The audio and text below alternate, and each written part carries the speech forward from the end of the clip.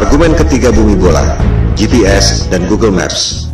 GPS adalah Global Positioning System untuk mengetahui di mana posisi orang atau tempat tertentu di lokasi manapun di dunia.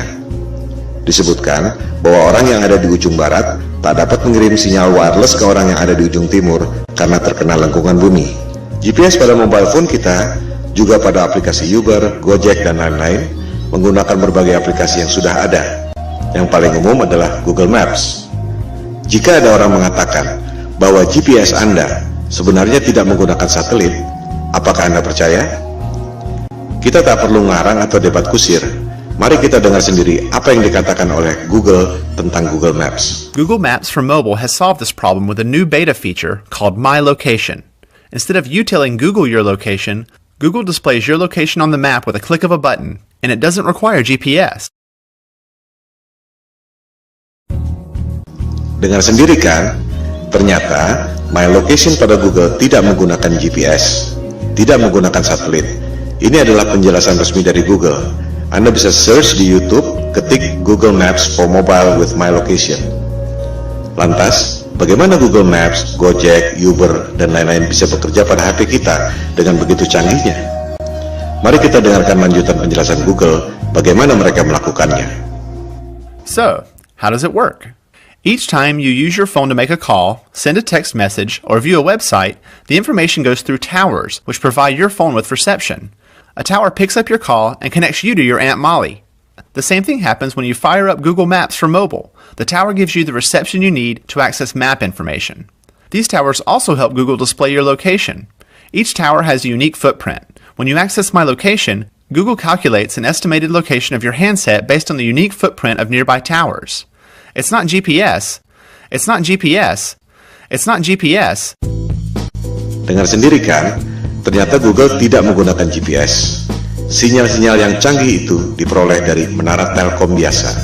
Persepsi Anda yang mengatakan bahwa HP Anda menggunakan GPS dan satelit lewat Google Maps. Google sendiri mengatakan tidak. Bagaimana dengan Google Maps yang secara sempurna dapat membuat peta dari udara, termasuk atap rumah kita bisa kelihatan? Bukankah itu menggunakan satelit? Ternyata Google Maps dibuat dengan menggunakan drone, bukan satelit. Silakan Anda riset dan temukan sendiri. Semua bukti-bukti ada di depan mata. Anda hanya tak memperhatikannya saja selama ini. Itu yang membuat kesadaran Flat Earth booming secara eksponensial sejak 2015. Pada bumi yang datar, satelit memang tidak diperlukan. Anda hanya perlu menara-menara Telkom. Hal ini akan kita bahas pada bab berikut, bagaimana USGS mengatur jarak penerbangan pesawat.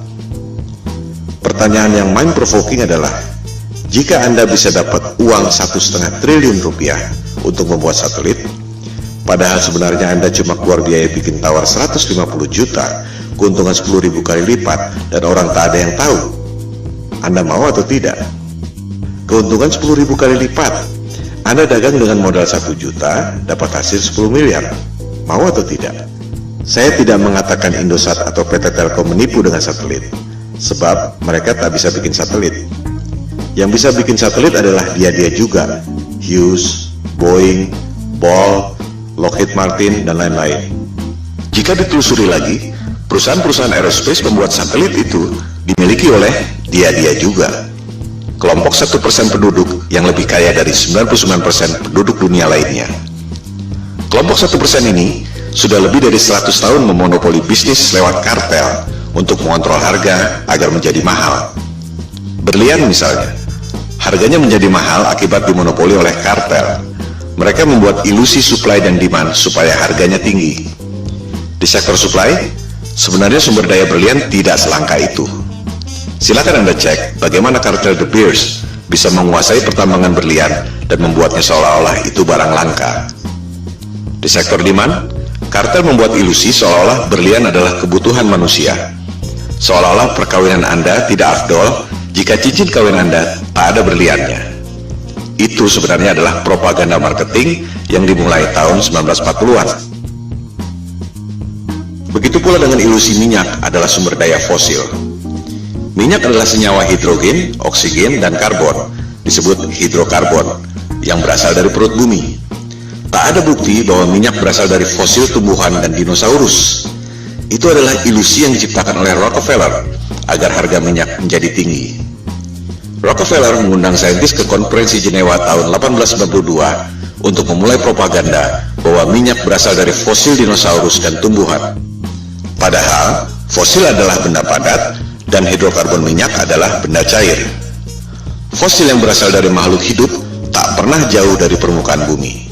Sementara, manusia mengebor minyak sampai kedalaman 10 km dan tak pernah ada bukti bahwa fosil ditemukan di kedalaman itu. Tak semua orang menyadari bahwa media-media massa besar di dunia dimiliki oleh 6 perusahaan saja. Si kelompok 1% itu mampu memonopoli informasi yang diterima oleh 99% penduduk dunia lainnya. Hal ini yang disebut sebagai propaganda, mind control.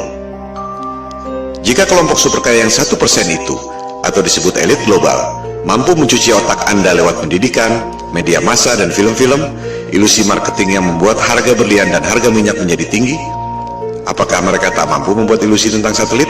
Kembali pada soal GPS. Tak semua orang menyadari bahwa GPS digunakan sejak tahun 1973 yang merupakan bagian dari teknologi militer. GPS berasal dari teknologi sebelumnya yaitu LORAN atau Long Range Navigation dan Decca Navigation yang digunakan sejak Perang Dunia Kedua. Of its equipment, which makes it very easy to operate and maintain once you understand a few fundamentals. To provide worldwide coverage, the Omega system will use 8 VLF transmitting stations. One in Norway, another in Trinidad, one in Hawaii, and another in north-central United States. Of the remaining, one is in the Indian Ocean, another in the southern part of South America, one in the Tasman Sea area, and finally, one in the Western Pacific. Apa yang membuat Anda berpikir bahwa dunia militer yang didesain buat perang membela negara tiba-tiba jadi malaikat yang menolong umat manusia di negara-negara lain dengan memberikan teknologi gratis? Disinilah jelinya the global elites yang sudah lebih dari 100 tahun memperoleh profit dengan cara menipu orang, scam, money laundering, transaksi fiktif, you name it. Demikian halnya dengan NASA. Apa yang membuat Anda berpikir bahwa NASA adalah badan eksplorasi yang bekerja untuk kepentingan dunia? Siapakah NASA? Coba kita lihat keterangan di webnya sendiri. Jelas ditulis di situ bahwa tujuan pembentukan NASA tahun 1958 adalah berkaitan dengan Perang Dingin, di mana Rusia berhasil meluncurkan Sputnik tahun 1957. Majalah Times menjelaskannya lebih gamblang. Judulnya, Alasan yang Menyedihkan Tapi Familiar tentang Pembentukan NASA. Disebutkan, tujuannya sangat membumi, yaitu office politics, bukan untuk kepentingan umat manusia di dunia. Budget NASA 2016 adalah 19,3 miliar dolar atau sekitar 256 triliun per tahun. Hasilnya, kebanyakan adalah propaganda CGI. Motivasinya, ada 256 triliun motivasi di situ. Bisnis adalah bisnis, di mana ada peluang, pasti banyak kepentingan. Bukan hanya pegawai-pegawainya, tapi juga kontraktor-kontraktor besarnya. Roket memang diluncurkan, tapi jika diperhatikan, arahnya tak pernah lurus ke atas, selalu melengkung dan akhirnya horizontal. Karena memang tak pernah lewat dari low Earth orbit, sekitar 500 km dari permukaan bumi. Seperti yang dikatakan Times tadi, tujuan pendirian NASA sangat membumi, yaitu office politics. Pertanyaannya, untuk politik dan kepentingan siapa? Seperti yang telah disebutkan di awal, persoalan flat earth ini bukan debat kusir, bukan omong kosong, bukan adu ego, bukan adu pintar, melainkan ada hal lain yang lebih fundamental yang sangat berhubungan dengan kehidupan kita. Pada pembahasan selanjutnya, di video-video berikutnya, kita akan membahas hal ini. Ilusi bumi berbentuk globe memang sengaja dibuat oleh para globalis, atau biasa disebut elit global. Mereka lah yang membuat berbagai krisis, perang, termasuk menjauhkan manusia dengan ketuhanan lewat dogma-dogma sains modern dan ilusi bumi globe. Kita sebenarnya tak perlu bayar biaya telekomunikasi mahal-mahal, tak perlu bayar listrik mahal-mahal, tak perlu bayar bensin mahal-mahal.